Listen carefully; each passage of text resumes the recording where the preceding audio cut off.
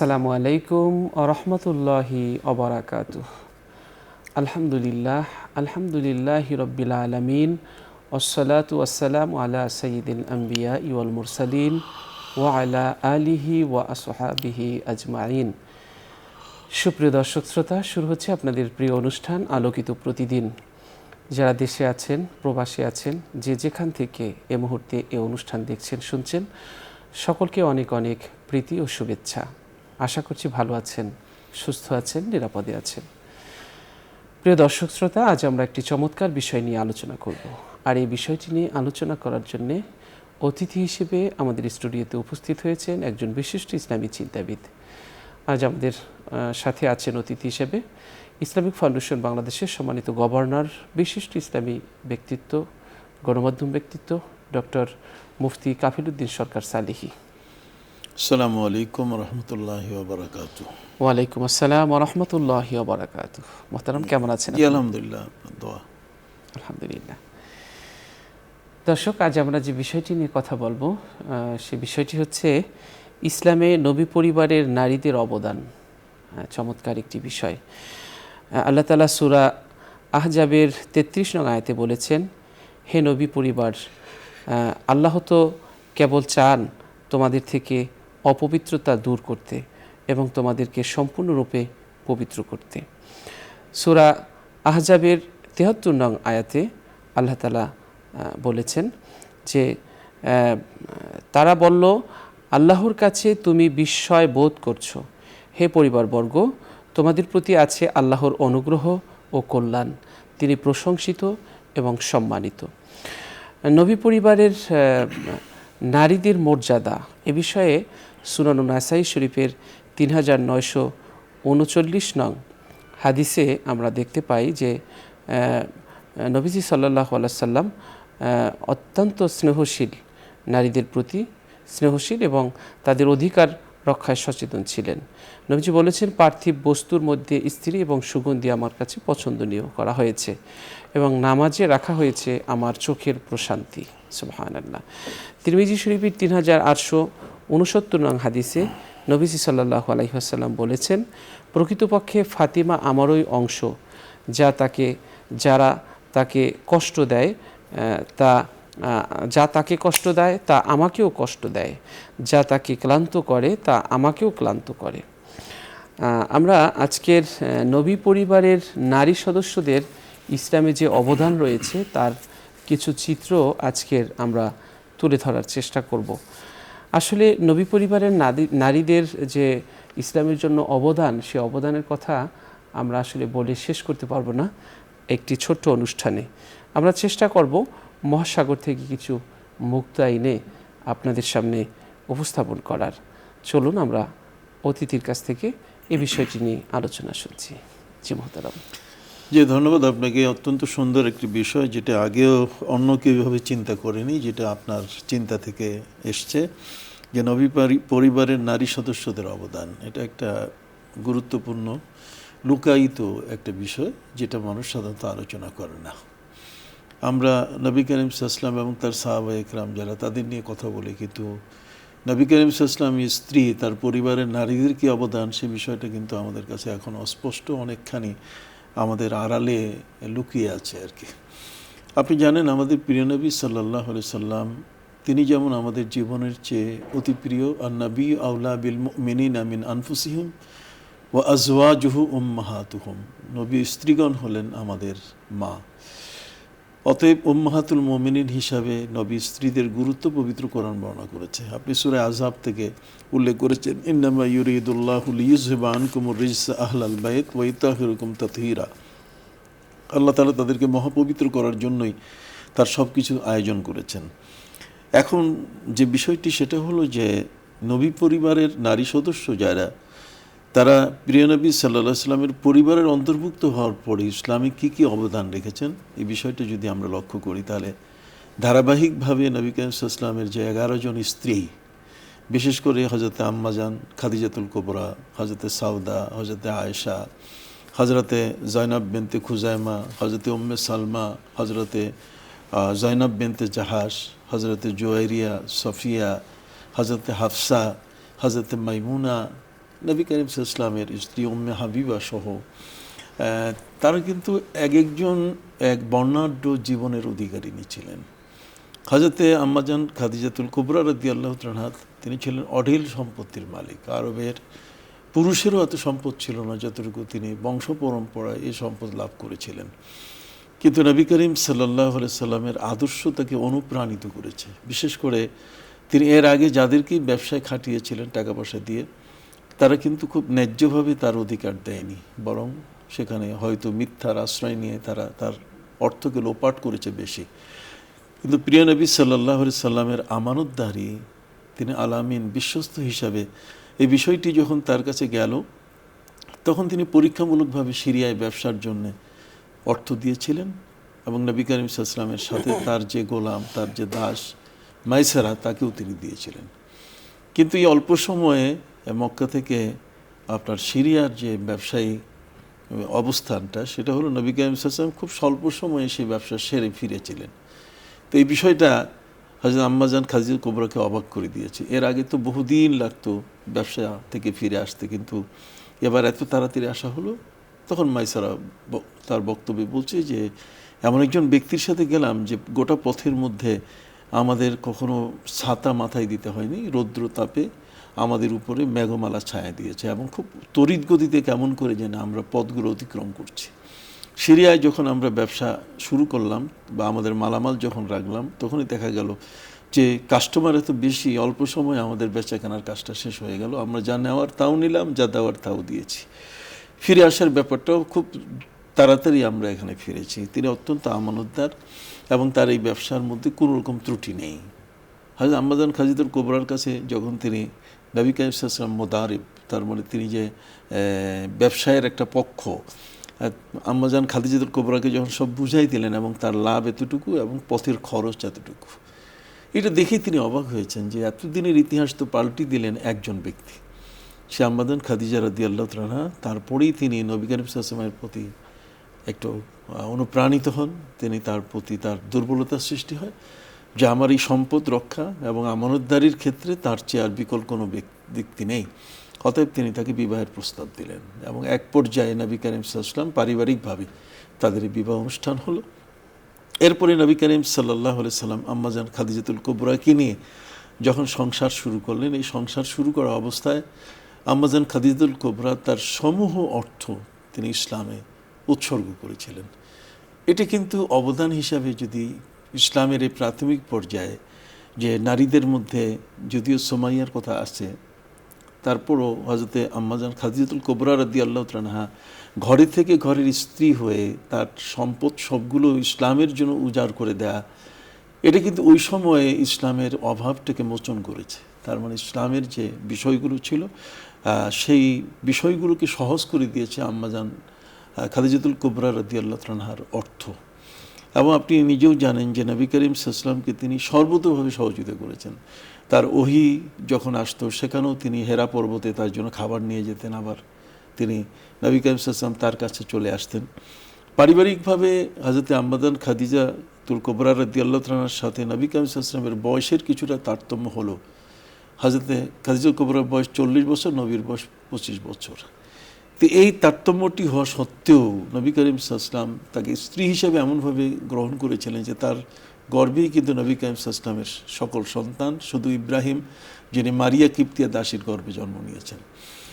তো এই যে পারিবারিকভাবে খাদিজাতুল কুবরা রাদিয়াল্লাহু তাআলা নবীকে বর্ণন করলেন, নবীর কিন্তু অঢেল সম্পদ সেভাবে ছিল না, তার কোনো বাংলো ছিল না, তার কোনো দক্ষিণ দিকে বারান্দা বিশিষ্ট কোনো বড় ধরনের অ্যাপার্টমেন্ট অথবা ফ্ল্যাট ছিল না। একটা ছোট্ট কুঁড়ে ঘর, যেই ঘরের মধ্যে যে মাদুরটা সে ছেঁড়া মাদুর। নবী করিম সাল্লাল্লাহু আলাইহি ওয়াসাল্লাম যখন শুয়ে ঘুমিয়ে উঠতেন তখন তার পিঠের মধ্যে দাগ পড়তে, রেখা পড়তো।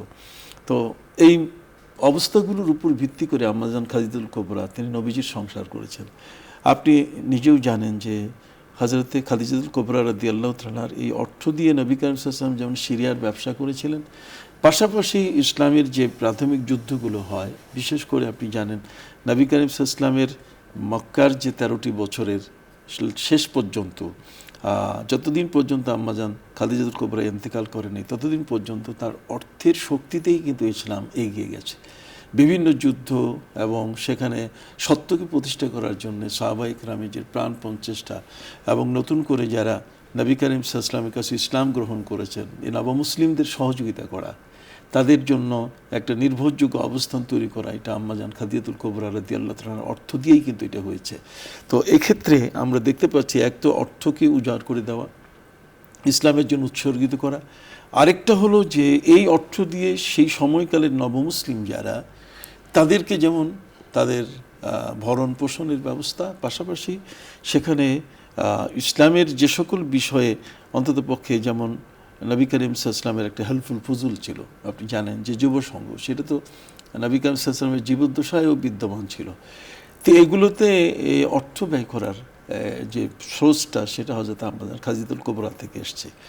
আপনি নিজেও জানেন যে আম্মাজান খাদিজাতুল কুবরা রাদিয়াল্লাহু তাআলা থেকেই কিন্তু বর্তমান ব্যাংকিং ব্যবস্থাপনা, আমাদের দেশে যে ব্যাংকগুলো চলছে, বিশেষ করে ইসলামী ব্যাংকিং ব্যবস্থাপনা, সেখানে আপনি দেখেন যে নবী করিম সাল্লাল্লাহু আলাইহি ওয়াসাল্লামকে তিনি অর্থ দিয়েছেন, আর নবীজি তার অর্থ দিয়ে ব্যবসা করেছেন, আর এই ব্যবসাটা তাদের লাভ যেটা তারা ভাগাভাগি করে নিয়েছেন রেশিও অনুযায়ী।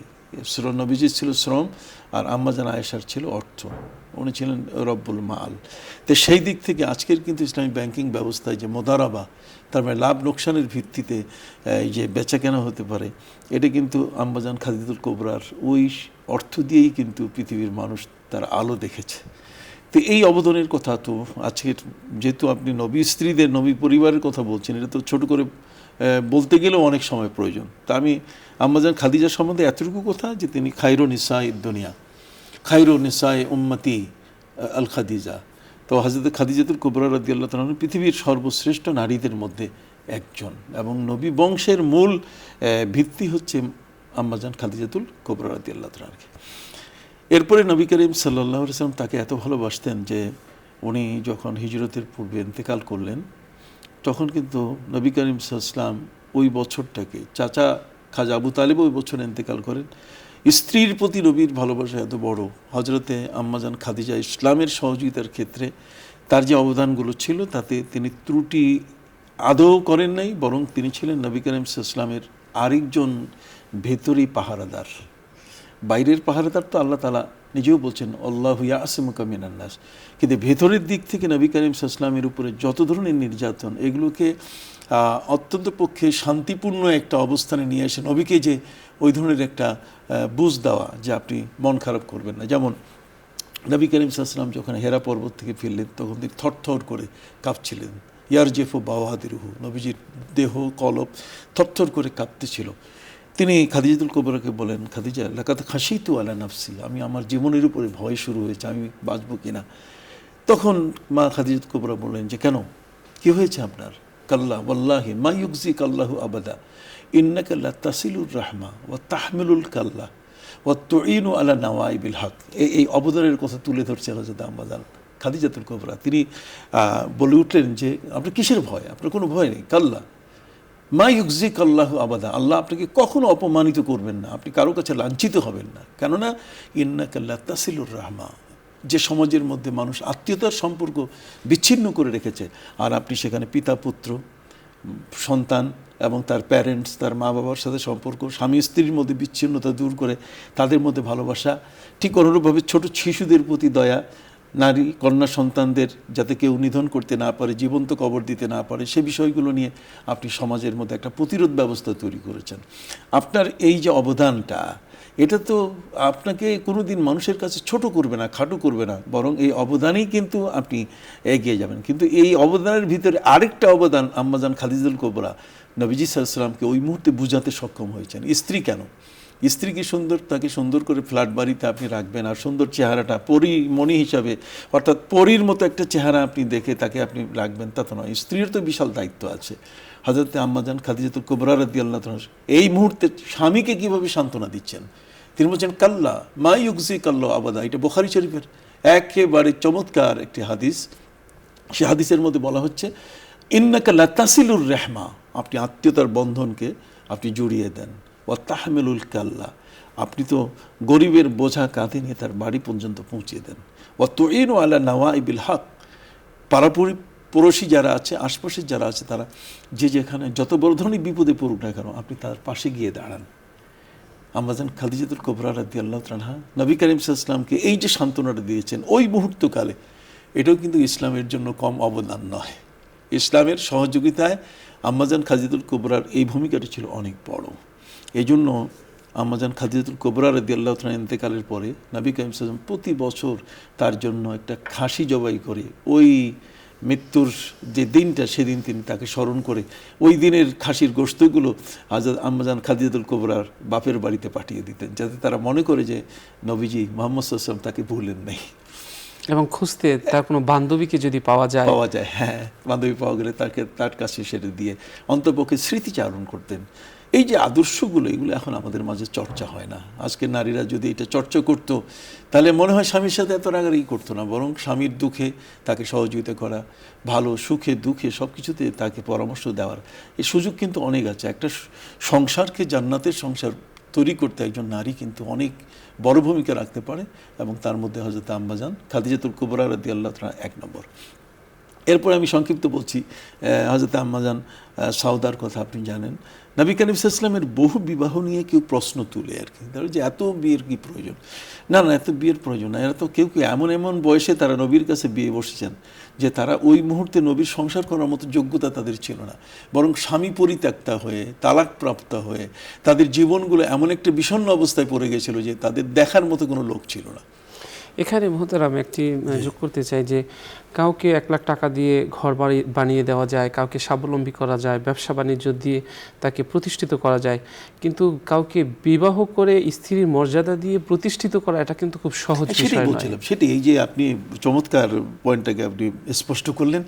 আমি ওটাই বলতে চাচ্ছি যে যারা পরিত্যক্তা, তালাকপ্রাপ্তা অথবা যারা বিধবা হয়ে আছে, এই সমস্ত নারীরা, তাদের কোনো জায়গা নেই, ঠাঁই নেই, তাদেরকে তিনি নিজের স্ত্রী হিসাবে মর্যাদা দিয়ে জগতের বিশ্ববাসীর ইমানদারদের মায়ের মর্যাদা দান করে তাদেরকে তিনি একটা অবস্থানে নিয়েছেন। এটা পৃথিবীর একটা বিরল ঘটনা।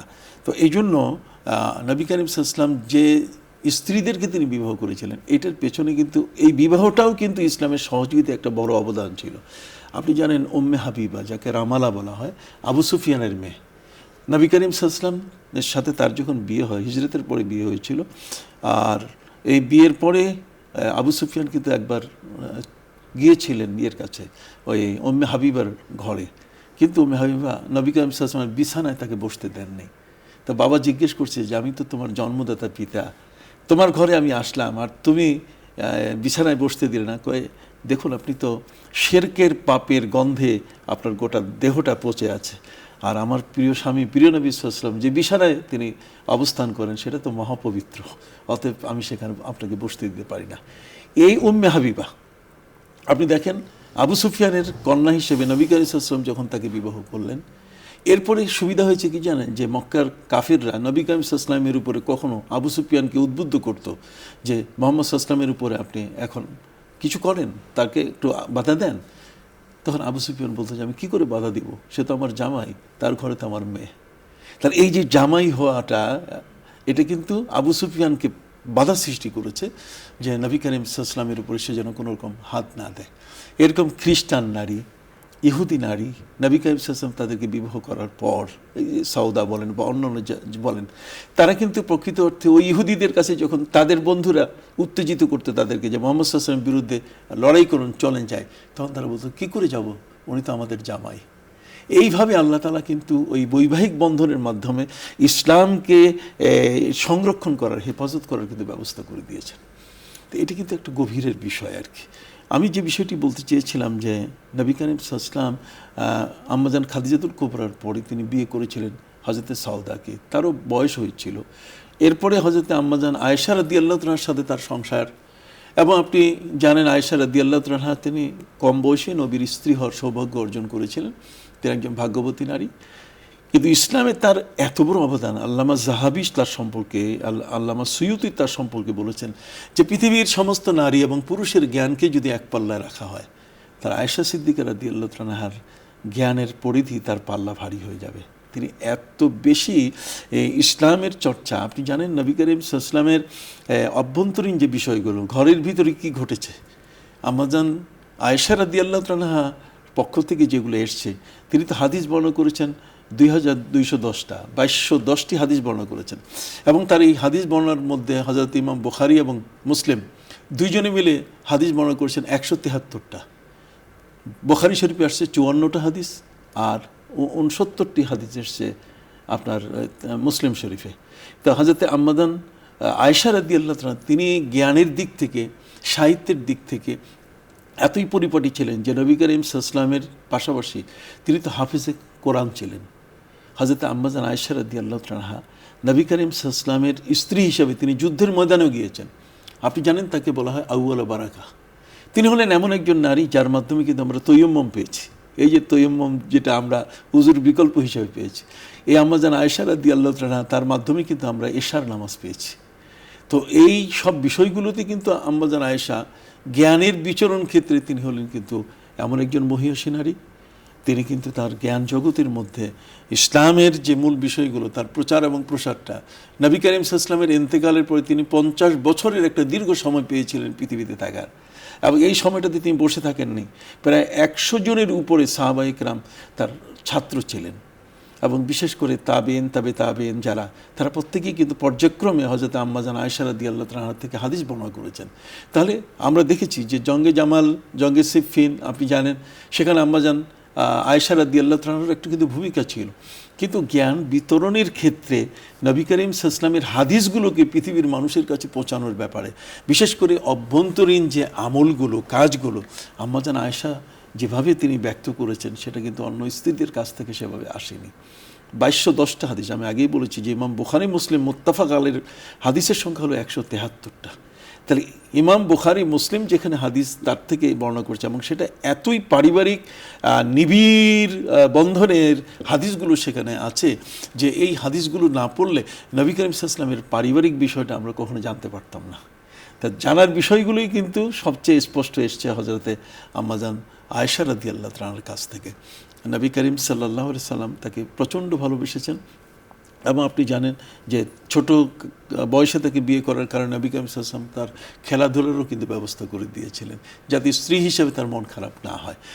এখানে যে বিষয়টা সেটা হলো যে আম্মাজান আয়েশা রাদিয়াল্লাহু তাআলা তিনি নবী করিম সাল্লাল্লাহু আলাইহি ওয়াসাল্লামের অধিকাংশ যুদ্ধের ময়দানে কিন্তু সফর সঙ্গিনী ছিলেন।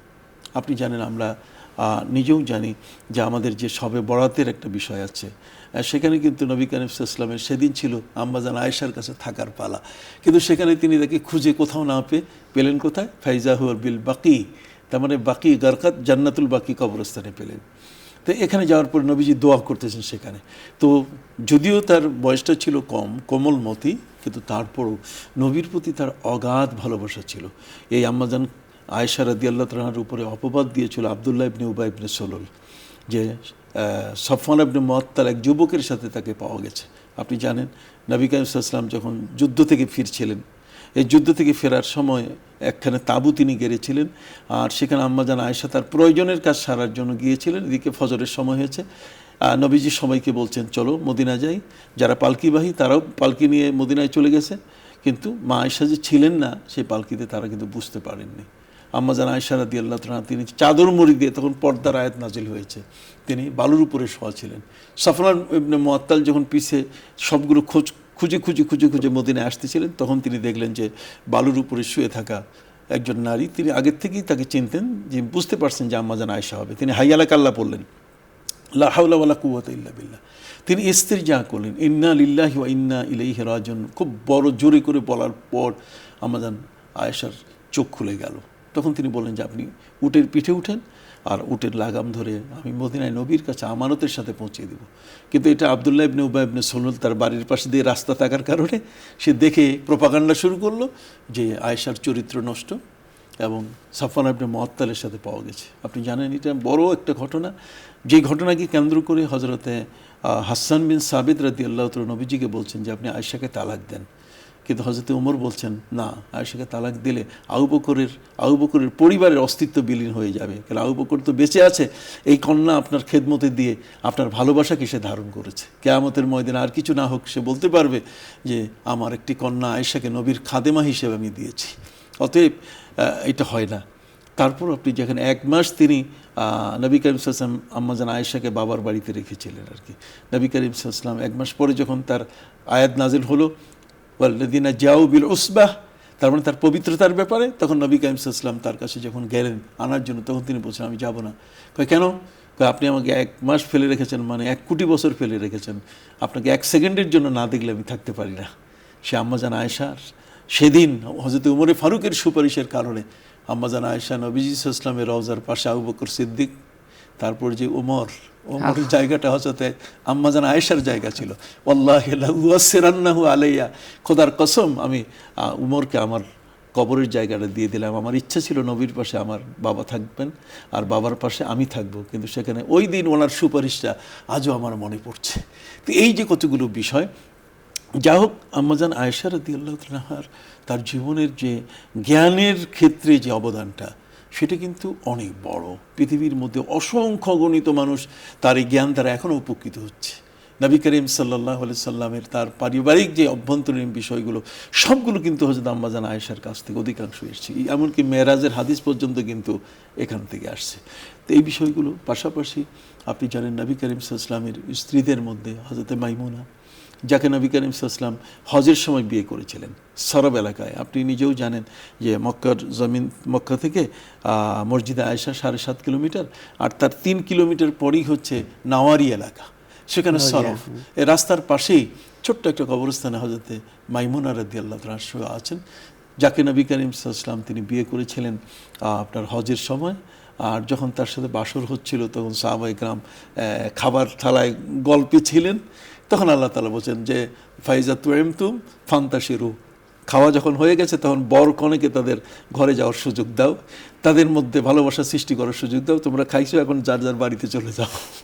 কি চমৎকার ঘটনাগুলো স্ত্রী নবী করিম সাল্লাল্লাহু আলাইহি ওয়াসাল্লাম স্ত্রীদের নিয়ে। আমি যে কথাগুলো আপনার কাছে এখন বলছি সেটা হলো এই যে নবী করিম সাল্লাল্লাহু আলাইহি ওয়াসাল্লামের শ্রদ্ধাভাজন এই পরিবারের যে নারীরা, তারা কিন্তু ইসলামকে প্রতিষ্ঠিত করেছেন। ইসলামকে তাদের উদ্দেশ্য একটা তো আপনি আগেই বলে দিয়েছেন, যে নবী করিম সাল্লাল্লাহু আলাইহি ওয়াসাল্লাম তাদেরকে বিবাহ করে তাদের অস্তিত্বটাকে যাতে কোনোক্রমে কেউ যেন নষ্ট করতে না পারে। নিজের দিনের পর দিন চুলায় আগুন জ্বলেনি, অনাহারে অর্ধাহারে ছিলেন, তবুও নবীজিকে কষ্টে ফেলে চলে যাননি কেউ। না কেউ জাননি। এবং আপনি আরও অবাক হয়ে যাবেন যে নবী করিম সাল্লাল্লাহু আলাইহি ওয়াসাল্লামকে তারা এত বেশি সহযোগিতা করেছেন যে নবী করিম সাল্লাল্লাহু আলাইহি ওয়াসাল্লামের এই সহযোগিতার মাত্রা যদি এই পরিমাণ না থাকতো তাদের পক্ষ থেকে, তাহলে আমরা কিন্তু আজকে এই ইসলাম এইভাবে আমরা পেতাম না। সর্বক্ষেত্রে তারা নবী করিম সাল্লাল্লাহু আলাইহি ওয়াসাল্লামের মন যোজনার পাশাপাশি শক্তি জুগিয়েছেন, এটা সবচেয়ে বড় কথা। আপনি কল্পনাই করতে পারবেন না যে হযরত আম্মাজান খাদিজাতুল কুবরার এই পক্ষ থেকে যে নবী করিম সাল্লাল্লাহু আলাইহি ওয়াসাল্লামের প্রতি শক্তি সাহস যোগানো, হযরত আম্মাজান আয়েশার পক্ষ থেকে ইলমে হাদিসের জ্ঞানগুলোকে বিশ্বে ছড়িয়ে দেওয়ার মতো, আর বাকি অন্যান্য যা স্ত্রী ছিলেন তারা বয়সী ছিলেন অনেক। কেউ নবী করিম সাল্লাল্লাহু আলাইহি ওয়াসাল্লামের হয়তো এন্তেকালের 2 বছর পরে এন্তেকাল করেছেন। মানে তারা ছিলেন এমনি নবী করিম সাল্লাল্লাহু আলাইহি ওয়াসাল্লামের জন্য। তারা বলছেন যে রাসূল, আমরা আপনার কাছে এই কারণে থাকতে চাই, আমরা আপনার পানি গরম করে দেব, উজুর পানি আপনি আমাদের পানিতে দিয়ে আপনি উজু করবেন, আপনাকে একটু গোসল করিয়ে দিব। এই স্বার্থেই কিন্তু তারা নবী করিম সাল্লাল্লাহু আলাইহি ওয়াসাল্লামের সাথে বিয়ে বসছিলেন।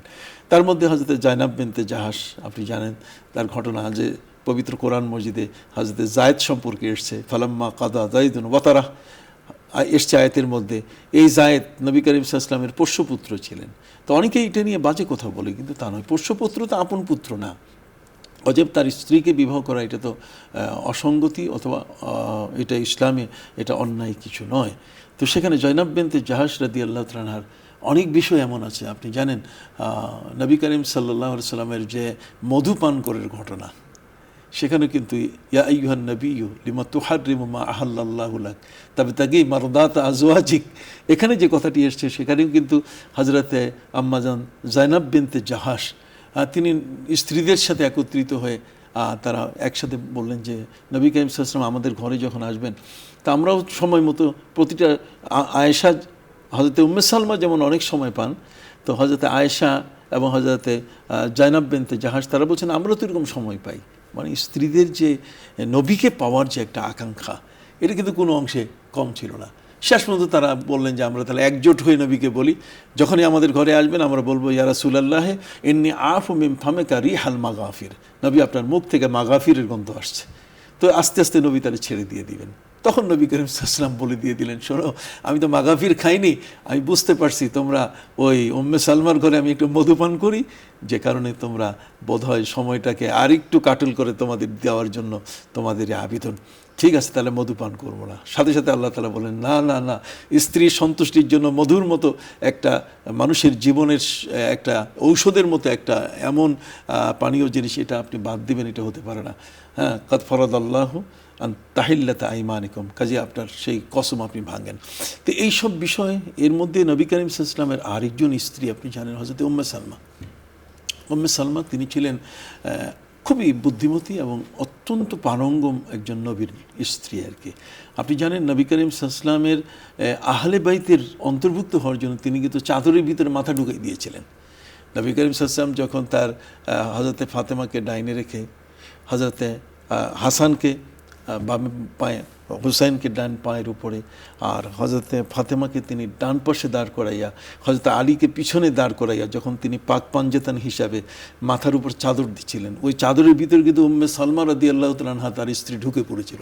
উনি বলছেন আমিও মাথা দিব, আমিও যেন ওই পাঞ্জেতনের চেয়েও আমরা যেন আরও একটু আমিও সঙ্গী হতে পারি। তখন নবী করিম সাল্লাল্লাহু আলাইহি ওয়াসাল্লাম বলছেন যে না, এটা হচ্ছে একটা বৈশিষ্ট্য আলাদা, এটা আমি, আমার মেয়ে, আমার জামাই, আমার হাসান হুসাইন হাসনাইন, এদেরকে নিয়ে তোমাকে তো আল্লাহ তাআলা আহলে বাইত বলে দিয়েছেন, যেটা আপনি তর্জমা করেছেন সূরা আহজাব থেকে, ইন্নামা ইউরিদুল্লাহু লিইউযহিবা আনকুমুর রিজসা আহলাল বাইত ওয়া ইউতাহিরুকুম তাতহীরা। তো সেখানে আহলে বাইতের অন্তর্ভুক্ত তিনি করেছেন, তুমি ওইটাতেই থাকো। তো এই যে বিষয়গুলো আমি একটু ছোট বলতে পারি। হ্যাঁ হ্যাঁ, যে নবী স্ত্রীদের অবদান, কেউ তো নবীকে পানি দিয়ে তাকে সাহায্য করেছেন, আবার কেউ তার জ্ঞান বিতরণ করেছেন, আবার কেউ তো অর্থ দিয়ে তাকে সহযোগিতা করেছেন। এই সব মিলিয়ে নবী পরিবারের নারীদের অবদান অনস্বীকার্য। অনেক অনেক ধন্যবাদ। দর্শক, আমরা অনুষ্ঠানের পর্যায়ে একটি মোনাজাত করব। আপনারা যে যেখান থেকে আমাদের এই অনুষ্ঠান দেখছেন, আপনারাও চাইলে আমাদের সাথে মোনাজাতে শরীক হতে পারবেন।